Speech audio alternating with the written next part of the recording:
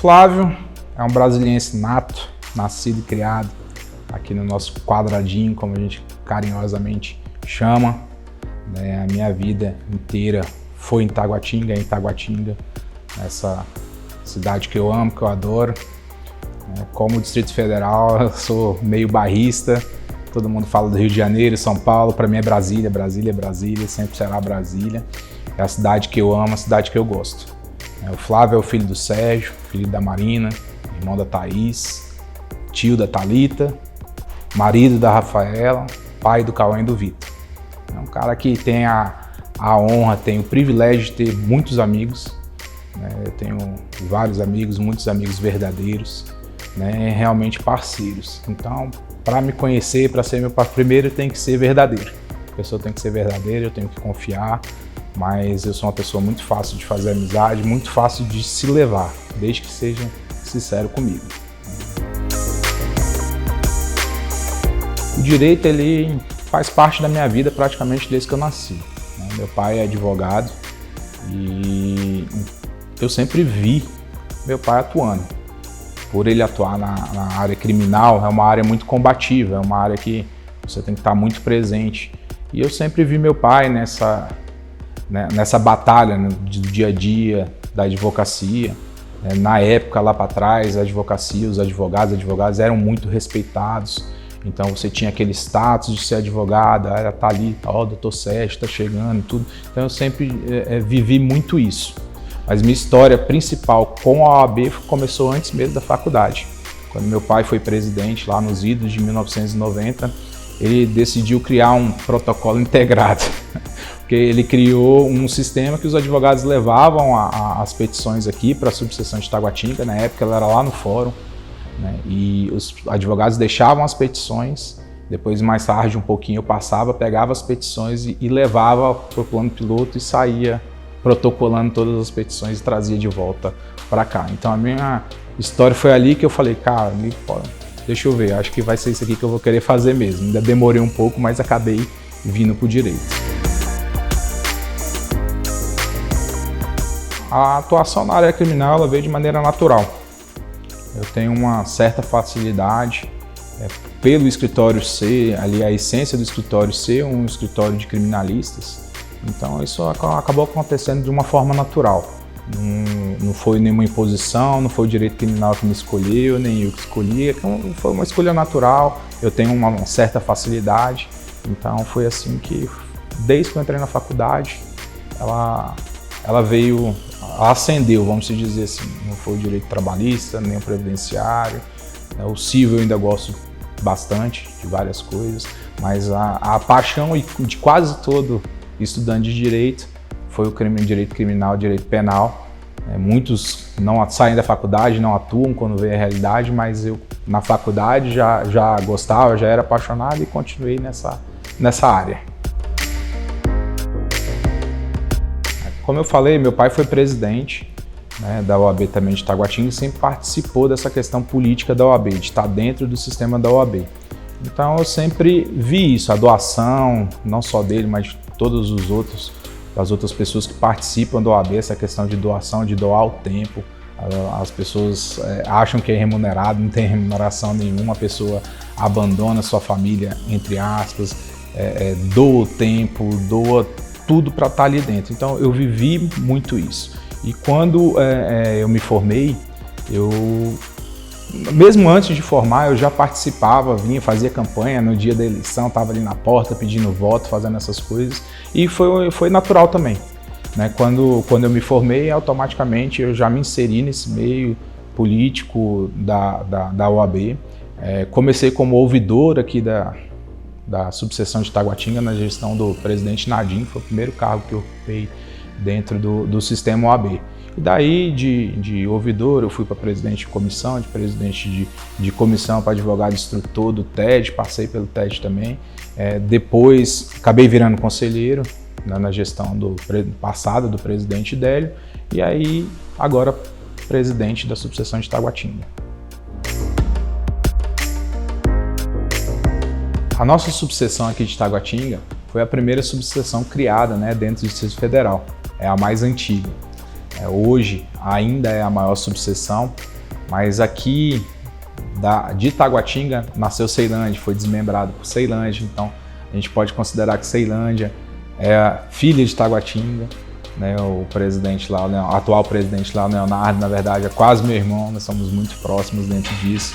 Águas Claras também como exemplo, Águas Claras e Vicente Pires também foram desmembrados de Taguatinga, então também é filha de Taguatinga.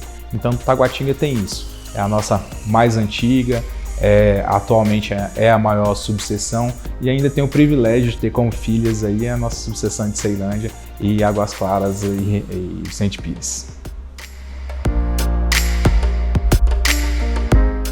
A partir do momento que a gente assumiu a gestão da subseção, a gente começou a observar o funcionamento, como é que estavam as necessidades aí da advocacia aqui de Taguatinga com essa nova realidade que a gente tem.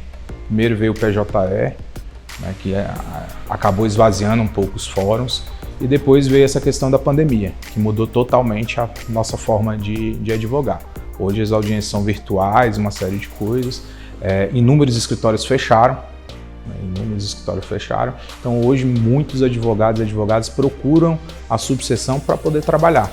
Né? Então, diante desse novo cenário, a estrutura, na verdade a divisão que a gente tem de espaço dentro da nova subseção, ela ficou obsoleta, ela está ultrapassada. A gente precisa dar uma modernizada nisso e se adaptar a essa nova realidade de audiências virtuais, precisamos de sala de atendimento de cliente, precisamos de salas para que o advogado possa fazer a audiência dele com conforto. Então essa é uma das medidas que a gente vai dar prioridade. Tem a outra questão também que é importantíssima, também nesse mesmo sentido de dar conforto para a advocacia, é a instalação do meu escritório em Taguatinga. Nós ainda não temos esse meu escritório em Taguatinga, e isso daí a gente pretende já agora nesse primeiro semestre estar com isso concluído. Então essas hoje são as duas principais metas, né, da gestão, para poder dar condições para qualquer advogado e advogada que precisar trabalhar, ele não precisa de nada. Ou ele vem para a subseção, ou ele vai para a unidade do meu escritório, que vai ser instalada aqui na nossa cidade. Outra pretensão que a gente tem também de desenvolver esse ano, uma das coisas importantes que a gente tem que fazer é a aproximação da OAB com as faculdades de Direito da nossa subseção. Todo mundo tem muito pensamento, o estudante de Direito ele tem que procurar a OAB para conhecer a OAB. A gente pensa um pouco diferente, a gente acha que a OAB tem que ir para dentro da faculdade, se apresentar, a OAB é isso, então venham nos conhecer, venham ver como é que é advogar, né? Porque hoje a imensa maioria que entra dentro de uma faculdade, ele não pensa em ser advogado, ele não pensa em advogar, ele quer um concurso público, ele quer ser juiz, ele quer ser promotor, ele quer ser delegado, ele quer ser analista aí dos tribunais, mas ele não quer advogar. Então a gente precisa estar dentro, ter esse contato, trazer o aluno para dentro da OAB, mostrar como é que é essa advocacia, né, para que ele se apaixone também. A grande maioria, quem sai da faculdade, que vem advogar, que passa ali aquele período de dificuldade do início, ele nunca mais deixa a advocacia. Então o aluno, a faculdade não ensina ninguém a advogar, a gente sabe disso, mas o aluno ele precisa conhecer a OAB para ter esse prazer, né? Saber o que é a advocacia para poder continuar nessa profissão tão linda, né? E nesse sentido de aproximação, né, com as faculdades, a gente quer mostrar para o aluno que ele não precisa ser advogado para estar dentro da OAB. Né? Hoje o aluno ele pode vir para dentro da OAB participando das nossas comissões como membros ouvintes. Isso é importantíssimo na formação dele, porque desde cedo na faculdade ele já começa a conhecer advogados, advogadas, outros estudantes, ele já consegue aumentar essa rede de contatos dele e começa a fazer o chamado network, né? Então ele aumenta muito a cartela de relacionamento dele, que vão dar inúmeras oportunidades, às vezes aí profissionais, pessoais para ele, que ele vai enveredar de vez pelo caminho da advocacia, né? O conselho que eu posso dar para o aluno que está ingressando na faculdade, que está aí dentro da faculdade, que queira vir para a advocacia, o primeiro deles é ter resiliência, ter essa resistência para poder aguentar aí os primeiros anos da advocacia, que não são nada fáceis. Mas ele tendo resistência, ele supera essa barreira e vai chegar no prêmio dele, que é a profissão mais bonita do mundo, é a profissão que ninguém quer trocar depois que passa essa fase difícil. Então ele tem que ter essa resistência para isso. A gente tem uma mania de ser muito imediatista, né? Querer tudo para ontem. Né? A gente não pode ser assim. Dentro de direito, a advocacia é construída dia a dia, mês a mês, ano a ano, e é realmente uma escadinha. A gente vai subindo escada e tem que estar sempre muito atualizado. Essa é uma outra coisa que o aluno ele não pode pestanejar, ele tem que estar atualizado, ele tem que estar estudando, ele tem que construir uma rede de contatos dentro da própria faculdade, ali entre os amigos, com professores, né? Ele tem que estar ali, por exemplo, o Antônio Alberto foi meu professor, né? Hoje atual presidente do TED, e a gente, desde a faculdade, a gente cultivou uma amizade. Isso gera relacionamento, isso gera parcerias de serviços e acontece com todo mundo. Então é muito importante disso. Além disso, ele precisa também conhecer a OAB. Ele precisa ver o que a OAB pode oferecer para ele, como é que funciona a OAB, porque através disso, automaticamente ele vai aumentando essa rede de contatos dele que ele tinha dentro da faculdade. Isso vem para depois, posteriormente, ele formado, passando na OAB, na prova da OAB, ele traz isso para a vida profissional dele, e é esse início que é tão difícil, que todo mundo fala que é tão difícil, fica muito mais ameno, fica muito mais tranquilo à medida que ele tem essas parcerias, que ele tem as indicações.